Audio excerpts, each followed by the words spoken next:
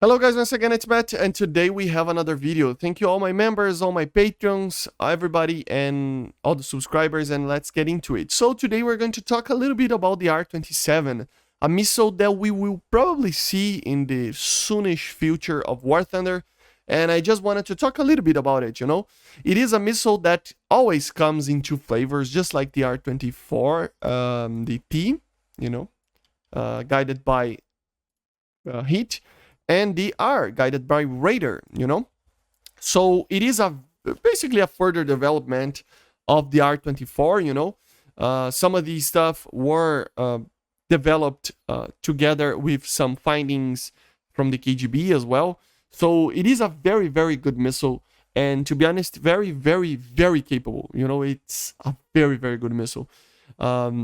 Don't mind these stats here. They're kind of weird. They don't mean anything here in DCS, but still, in game in War Thunder, it will mean that it is basically 25 to 30 Gs. The range is about 60 kilometers, max of the max range. Depending on the situation, maybe even a little bit more. It uses a proper INS system now, and not only a very basic one. So it has actual gyroscopic INS system, instead of the normal R-24 one that doesn't have that, and it is a very primary INS system. So it will try to go for the target even if it's not locked, which is always a very, very interesting thing.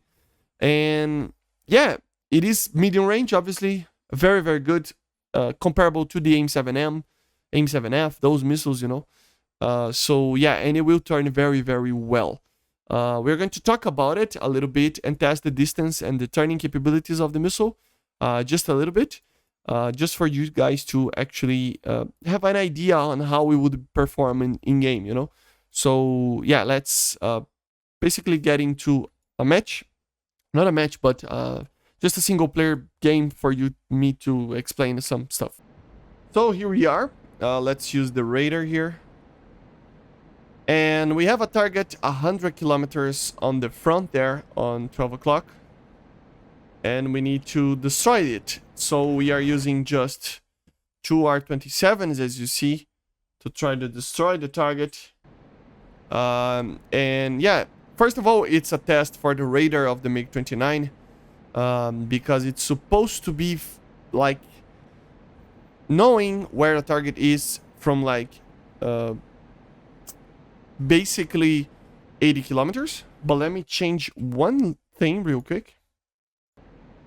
So let's put in a high PRF mode, as you see, and I already detect it at 60 kilometers. I mean, it's not that much, but as you see, the high PRF, let me test this again, actually. Let me test this again. I had to actually add the button properly to choose because I forgot what button is to change the mode of the frequency on the radar. So now I have it. So let's just go for the radar and high PRF. And let's see how far we can see a target. Supposed to be around here when we see it. So let's see. It is a pulse-Doppler radar, nothing too fancy as well. It's not something like the like a PESA or ESA or anything like that. But still, it's a very, very good radar. Yeah, 80 kilometers. So it's pretty realistic. And the lock range is about 70, so I have to wait a little bit. But yeah, the detection is pretty good. So as you saw, we can even make videos comparing the F-15 and MiG-29, F-16 and stuff like that if you guys want to, in DCS, in the radar ranges and stuff like that. So as you see, it's saying to me that you can fire a missile from basically around 40 something kilometers, as you see. So that would be the range. Let's fire one. And let's see the missile. Where is the button to see the missile? I forgot the button. Yeah, there you go. So, yeah, 40 kilometers basically. 45 kilometers almost. Let me control the aircraft a little bit because the aircraft is just flying around. Let's see if he hits the target. Obviously, the target is flying very, very quickly as well. So yeah, it will hit the target with plenty of energy, which is a funny little thing actually, that this missile can actually have a lot more range in the sense of aerodynamic range. Let's try to test it out, how much range we can actually hit the target with it at 10 kilometers in this situation. So here we go. Let's turn the radar on again, put in high PRF mode. And once we get a lock, we are going to try to fire at basically 60 kilometers to see. I think in this situation, even if you can get a lock, the limitation will be the radar, to be honest. It's going to be like 60 to 70 kilometers of actual range on the radar, on the missile. But the thing is just that the radar cannot lock it that far, so it will be a problem. Oh, I forgot to... So yeah, it's 80 kilometers. Around 75 right now. 70. Yeah, as soon as possible. So basically this was 68 kilometers, something like that. Let's see if he has the energy to actually destroy such a target. Obviously he's flying at Mach 1 plus. So yeah, this would be a simulation of a start of a EC map, for example, that you would just fire the missile as far away as possible, you know, to try to get as much of a long range kill as possible. So as you see, I fired 65 kilometers, pretty alright range, to be honest, for such a missile, and a very good comparison for the missiles that we already have in game. Obviously, yeah. See the speed there, down there, right down there on the bottom of the screen. You can see the speed, 1300 kilometers per hour. Maximum speed. Maximum speed. Maximum speed. Ah, I lost the energy. Speed. Or I lost the lock. No, I had the lock still. But what happened to the aircraft? I broke my wings. What the? Let me try this again. And now I will try to turn the autopilot on.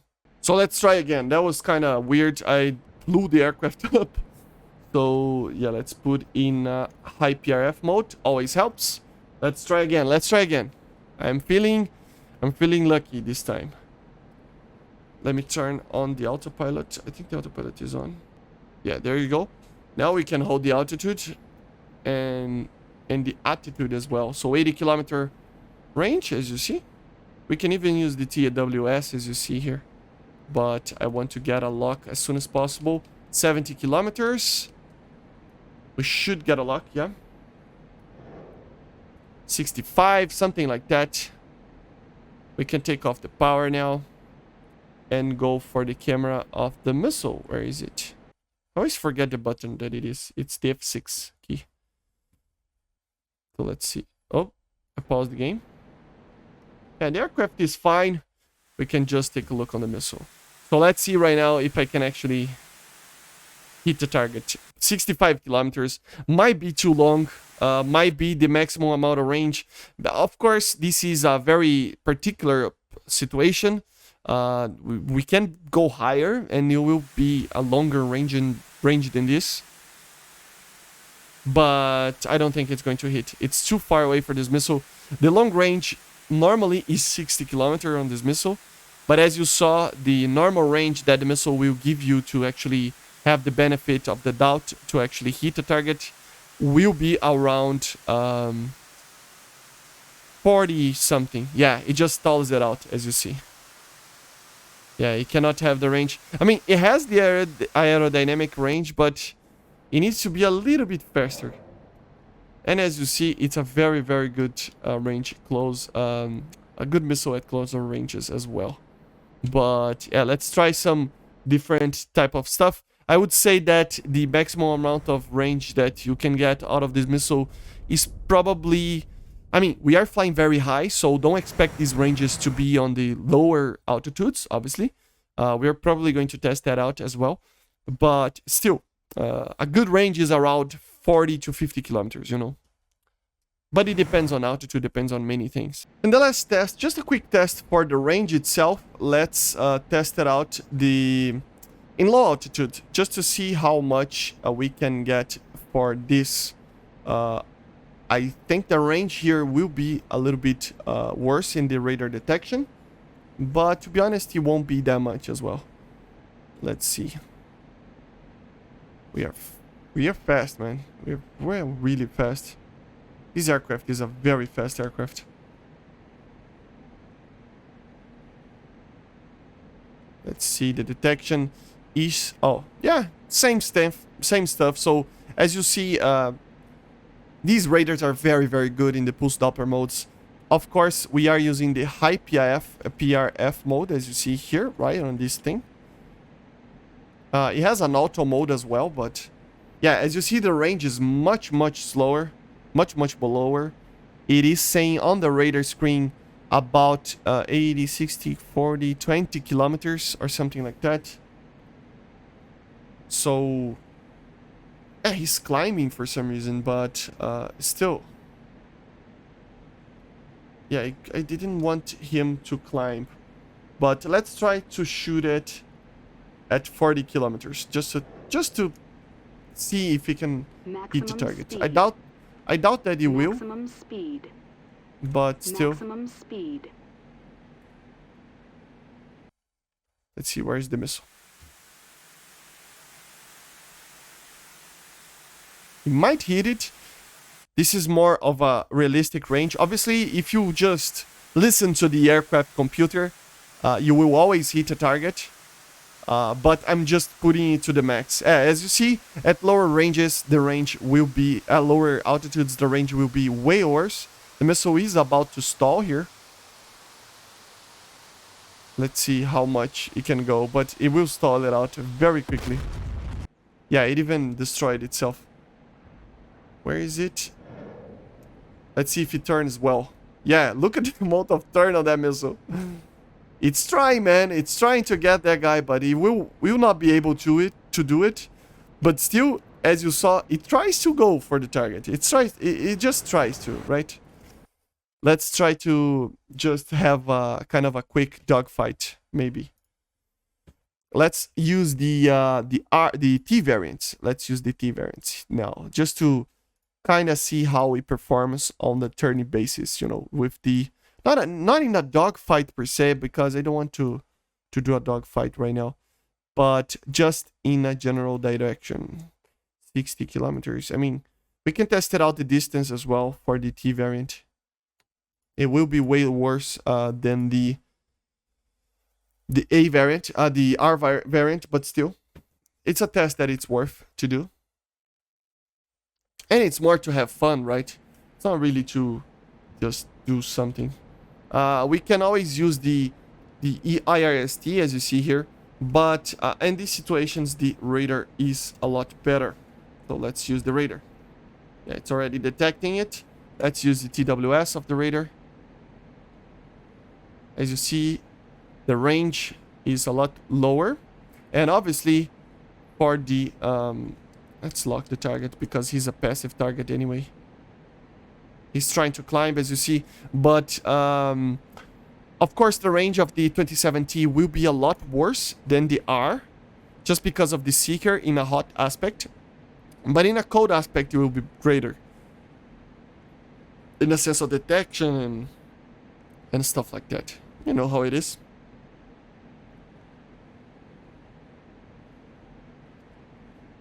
I mean, I don't know if it's going to eat the target. It will even track. I mean, it's the T variant, so I guess it will try to go for INS shot until it's close enough. Let's fire another one. Maximum speed. Maximum speed. Maximum speed. Maximum speed. Yeah, I don't think it's tracking, as you see. It's going for the other missile is even closer. It's going for the INS, and when it gets a shot, when it gets a detection, as you see, it will intercept the target. So the cool part about this missile is that you can actually fire them, you know, without having a lock with the IR, you know. Let's try one more thing that I wanted to show to you guys. Let's see if it works before we go. And I wanted to show the amount of turn as well, but I don't know, the video will be so long that I don't know. But one thing that, let me try to do it. I don't know if this is going to work. Might not, but let's try to shoot a missile with the TWS. Because of the INS, technically, maybe you can shoot a missile with the TWS. Let's see. No, it doesn't allow you. Okay, no problem. So you need to get a lock, a proper lock, to actually have a shot in a missile. Of course, this is the early versions of the MiG-29 anyway, right? But it is pretty cool that you can actually do that. And as you're going to see, let's get a little bit closer to the target.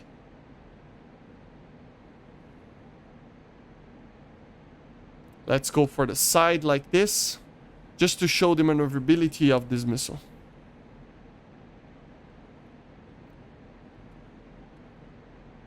It's the guy is right there somewhere, but just want a little bit of a side aspect shot to just...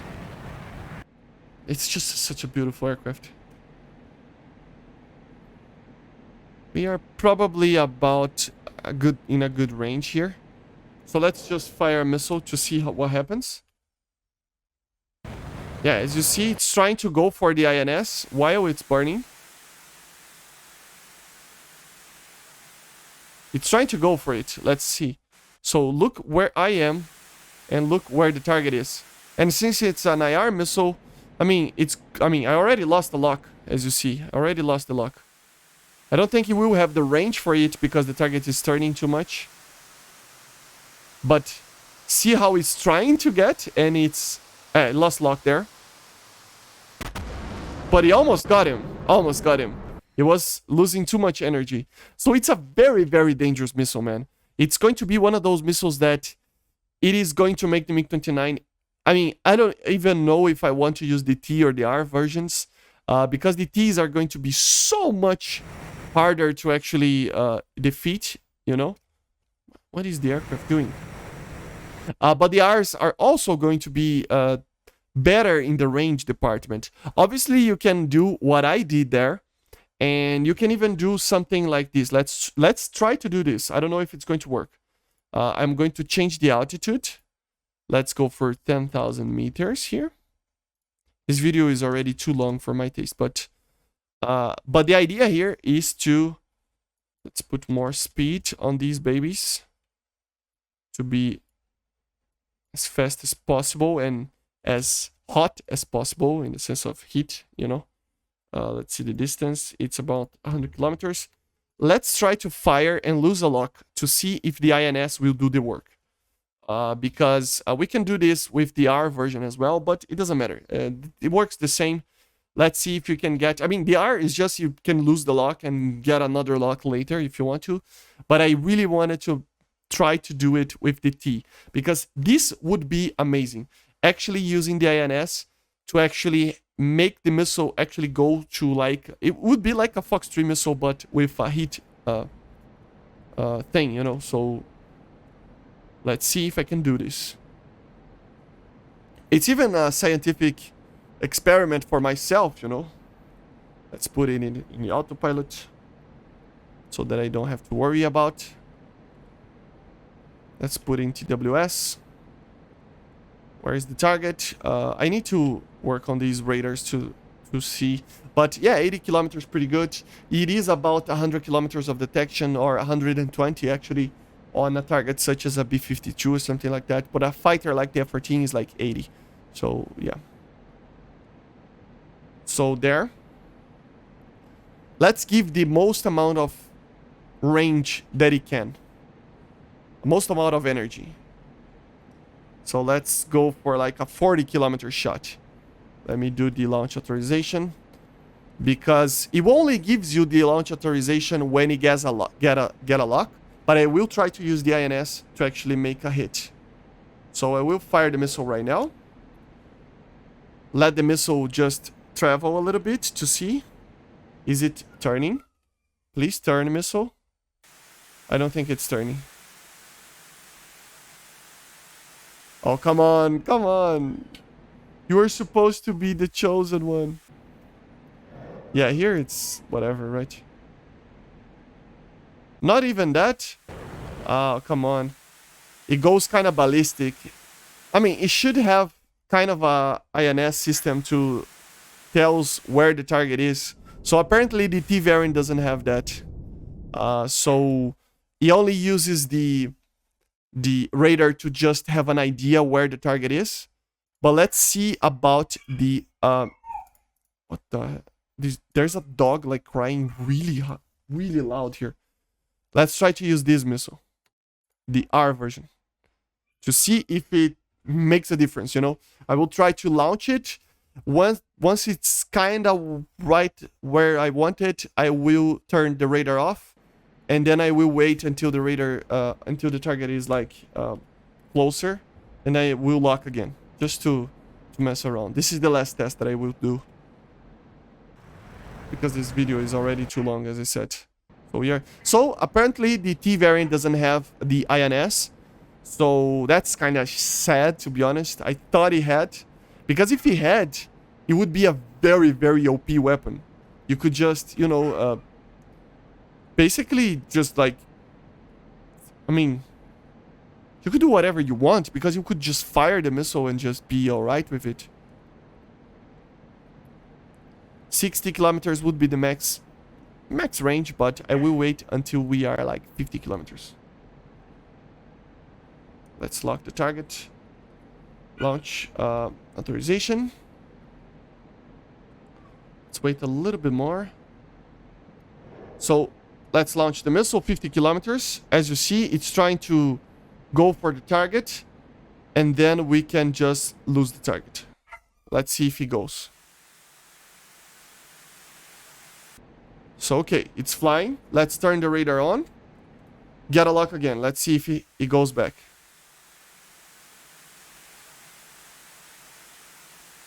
It is going, right?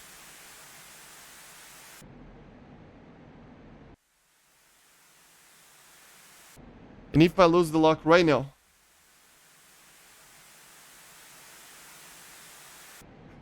And then I get a lock again. Come on, come on, come on. I got the target. So yeah, this is basically how the INS works. So you can lose the lock, and the missile will continue to go for the general direction that the target was. So it won't like try to intercept the target or anything like that, but it will try to maintain the trajectory, you know, and with the last information that he got. And especially it's a thing that it's very useful when there's a lot of chaff or a lot of ECM and stuff like that you lose lock and you're trying to get a lock again. So yeah, that's, at least with the R you can do that.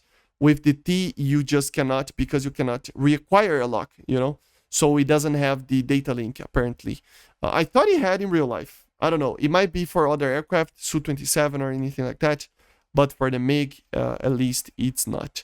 But anyway, this video is already too long, and I hope you enjoyed. And I see you guys on the next one. So bye guys. See ya. Subscribe.